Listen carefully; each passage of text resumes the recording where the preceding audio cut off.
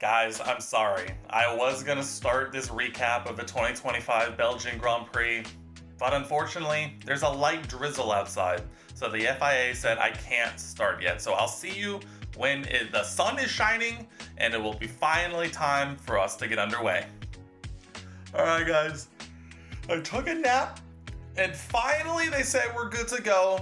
Unfortunately, all the drama was taken out of it, basically right at the beginning. So let's go ahead and let's talk about the Belgian Grand Prix weekend.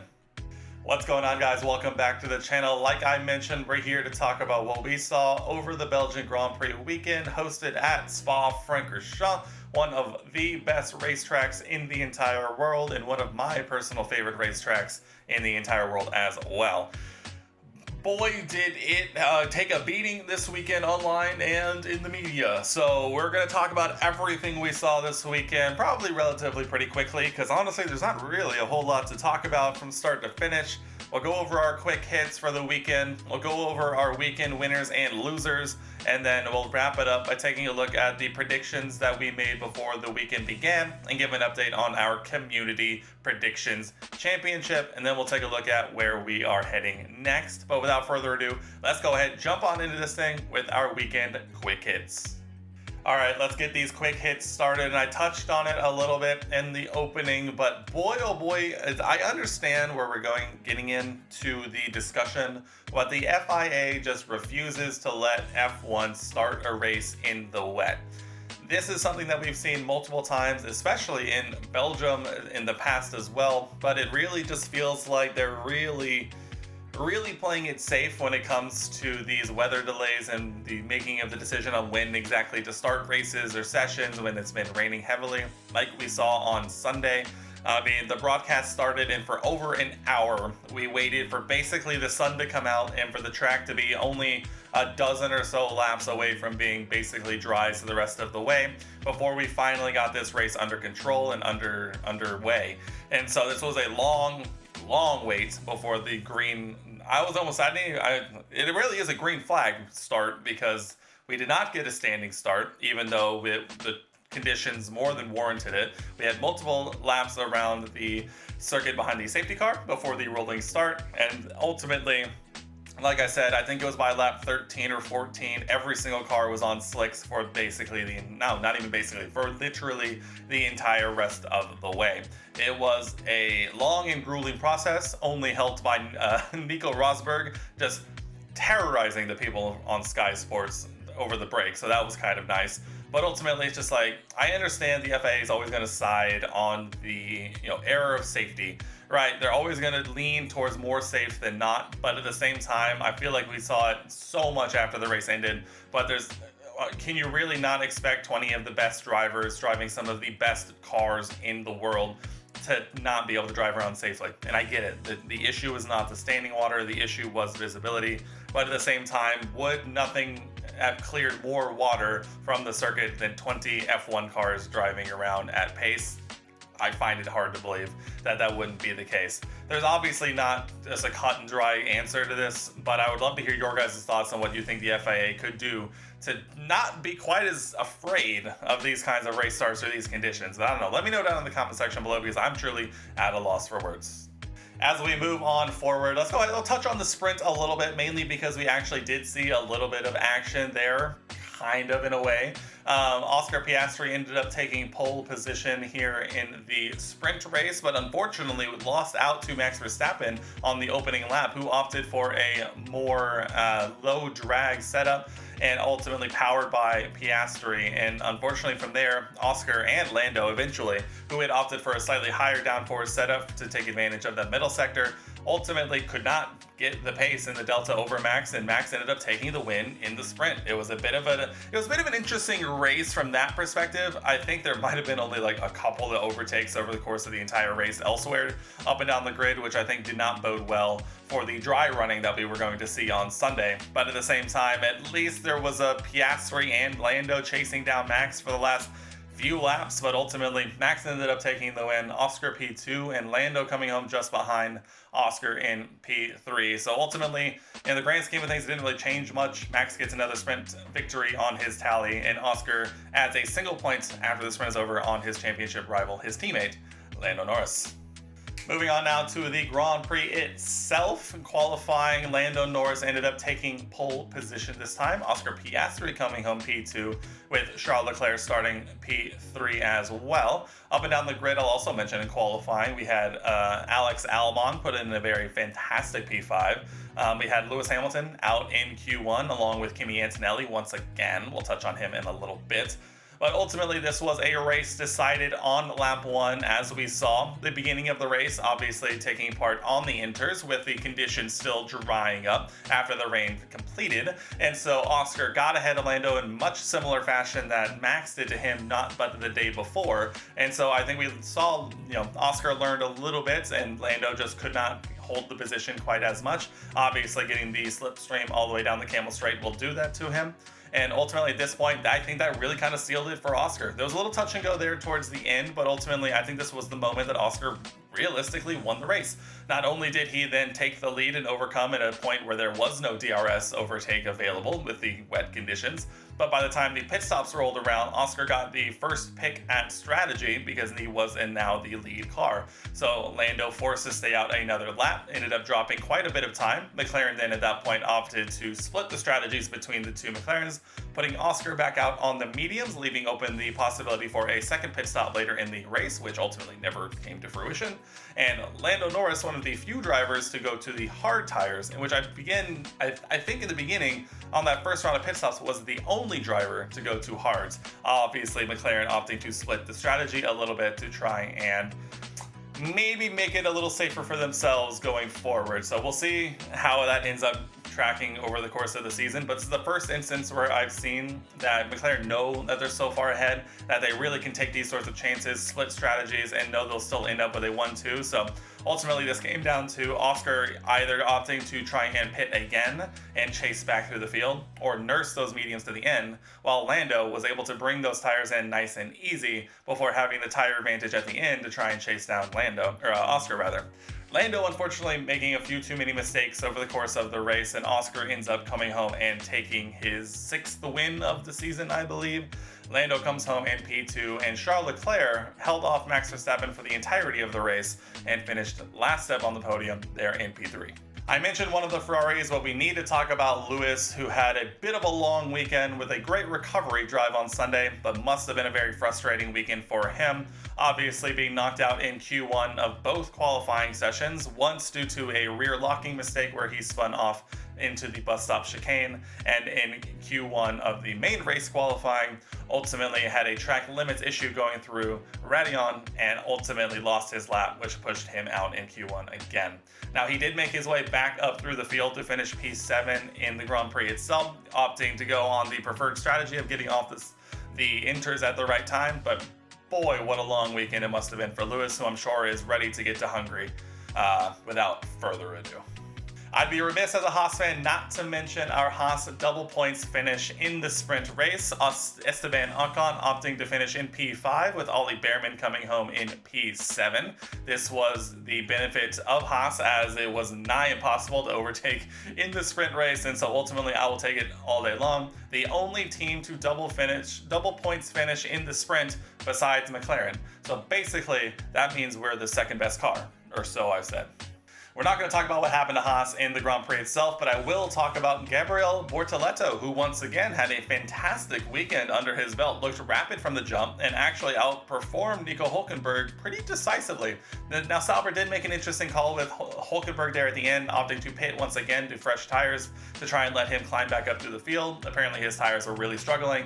Ultimately, that I think costed him at least 1 point as he was in P10, and it was looking very, very difficult to overtake. So who knows what would have happened there, but Gabriel Bortoleto ends up coming home and getting himself another couple of points and continuing to move Sauber up the standings in the Constructors. It's safe to say at this point that the Sauber is not the punching bag that they once were last season, and they are very willing to fight and get really good results if you let them. I think looking up and down the grid from there's not really a whole lot else to say besides things we've kind of been seeing in and out of the process itself over the last couple of race weekends. So ultimately, I think I'll leave it off here by having a brief conversation about Spa itself. I've seen so much talk after the race ended about how Spa was no longer good for Formula One and how it didn't deserve to be on the calendar anymore, and I need to put a stop to that post-haste because Spa is a wonderful track. We see many series go there and host amazing races. It's one of the most iconic racetracks in the entire world. And I think we need to set the record straight that the issue is not the track, the issue is the series and these cars. Because these F1 cars are just not made for this track anymore. And that is not the circuit's fault. That's the fault of the FIA and these regulations that are making the cars 20 feet long and 18 million feet wide. That just makes it impossible to pass, and as well as these regulations, impossible to be close to and fight cars in the braking, in these braking zones. And so I don't think the issue is Spa. I think the issue is just the series, because we've seen plenty of times over Spa hosts these amazing races these days with the other series that go there. It's just F1 is just proving with a lot of these tracks that these cars are just not suited for modern Formula One. All right, let's move on now to our weekend winners and losers. We'll begin with our weekend winners, and I'm actually going with a split winner this weekend. For the sprint race, I'm going with Max Verstappen, who took a surprise win away from the McLarens, who really struggled to get up to the back of him down the Camel Straight and towards the bus stop chicane. So Max played that the sprint race to dang near perfection, and I have to applaud him for that, because it was a performance for the ages to really steal that win away from Oscar. And while ultimately in the grand scheme of things doesn't matter, not really, but it was a very good drive, and I think it was worth a mention here. But moving on for the Grand Prix, this one was another tough one. I debated on making it Oscar just because he pulled off the same move that Max did to him the day before. But ultimately, I think I'm going to barely give the edge to Lewis Hamilton. Obviously, going out in Q1 and qualifying is not the ideal scenario, but at the same time, he did make probably the most moves and make his furthest way up the grid, when other drivers like Antonelli really struggled to do so in cars that really should be performing much better than those that they were chasing. And so Lewis nailed it to perfection, finished P7, moved up a boatload of positions, and ultimately I think he's going to get my Grand Prix weekend winner, but just barely. Moving on now to weekend loser. This one feels pretty clear to me, although it was one that probably flew a little bit under the radar on the surface level. But I think my weekend loser is Kimi Antonelli. I think the kid is going through the rookie wall, and he's going through these rookie struggles to the nth degree. I believe it was ever since his podium in Canada, I don't think he's had a points finish. I think is a stat I saw after the race ended, and I'll fact check me on that, but what a stat for him. Obviously having that spin out in sprint qualifying, knocking him out in SQ1, and then ultimately there in Q1 of the main race Grand Prix just did not seem to have the confidence in the car and really struggled in the race itself. So a long weekend for Kimi, who I'm sure is begging the universe for a good result in Hungary to try and carry a little momentum into the actual summer break. But it really feels bad to say it, but I'm sorry, Kimi, but unfortunately for the entire weekend, you are my weekend loser. Alright, for some reason I can feel my voice starting to go, so let's quickly run through our predictions that we made before the weekend began and see how we did, and then we'll wrap things up very quickly thereafter. We'll begin with my pick for biggest positive surprise. I went with George Russell this weekend, based entirely around his disappointing disqualification from last year, as well as his disappointing result in the previous race at the British Grand Prix. Unfortunately, Mercedes and George just were kind of very mid-level anonymous this weekend, so unfortunately for me, no points for me from George Russell this weekend, so thanks for that one, George. As we move on now to my pick for biggest disappointment, I went with Pierre Gasly, who I thought was coming off a very good result in Britain in the British Grand Prix and might have a bit of a step back. Unfortunately, he called my bluff, had a pretty successful sprint race, even if it was no points, and then ultimately, no, it was not a successful sprint race. Sorry, my brain got confused. He started from the pit lane and then came out, I think, 1 or 2 laps down, and then just kind of ran on his own for the entire rest of the race. Besides the point, I should give myself a half point for that. I'm not going to, but I really should have made that argument in Discord. In the Grand Prix itself, he ends up scoring a couple of points and having a good weekend, so definitely not enough to classify as a disappointment this weekend. So once again, starting 0-2 on the weekend, love to see it. As we move on now to my qualifying top 3, this is the qualifying for the Grand Prix itself on Sunday. I went with an Oscar Piastri pole position, a George Russell P2, and a Lando Norris P3. I got a single point out of all of that, with getting a half point for Oscar and Lando. George, obviously, I think he ended up qualifying P6. on the grid. So pretty anonymous weekend from George, like I mentioned. But unfortunately, we'll take a single point on the board finally. As we move on now to Sprint Winner. It is a Sprint Weekend specific prediction here on the channel in this video. And so I went with Lando Norris in this one. Ultimately, no, it was in fact Max Verstappen. And even if I had picked the other, McLaren, I still would have been wrong. So no point for me on that one either. As we move on now to my race podium, on this one, I cooked just a little bit more. I went with an Oscar Piastri win, ding, a Lando Norris P2, ding, and a George Russell P3. Ultimately, obviously, George not on the podium. It was Charles Leclerc. But regardless, I'll take my 2 points and we will move on from there. As my final prediction, we get here my one crazy prediction. My prediction was that Lewis Hamilton would finish the race outside of the top 4 for the first time in his career, not counting his previous DNFs due to mechanical failure or contact. I thought he was going to classify in the race, not be DNF'd either by mechanical or other drivers, and he would finish outside the top 4 for the first time ever. And ding, ding, ding, did I nail it? He finished still in the points in P7 though, so I'll take that point as well. But let's go ahead, let's take a look. If we do the math, and if my math is in fact correct, I scored 4 points on the weekend. Definitely not too bad. We do have, we had one person in the Discord who absolutely killed it, with 6 points, potentially 7, depending on what happens this week. So keep an eye on the internet for that. But if we take a look at our running points after the race weekend is over, we still have Senel40 breaking the 50-point barrier for the first time in the Discord with 51.5 points. We have me just behind, 7 points behind with 44.5. British TTG with his fantastic weekend right on my heels now with 42.5. We have F1 Inferno with 37.5, Andrew 27.5, and Spectral bringing up the rear with 10.5. So still a long way to go in the season. Like I said, we're still coming up to the midway point of the season, but that leaves only one question remaining. What is next in Formula One? F1 in a singular week and just a few days from now heads to Hungary to race around the Hungaroring. Last season, we saw a Piastri Norris Hamilton podium. It was obviously Oscar's first win in his career with a bit of a touchy situation down on the McLaren pit wall. So they ultimately got it sorted out. Hopefully, I'm sure they're hoping for a much cleaner weekend. But guys, that is only a few days away. I hope you're ready for it. I learned to love the Hungarian Grand Prix from my time when driving it in a sim, and so I think I've started to appreciate Hungary in a new light.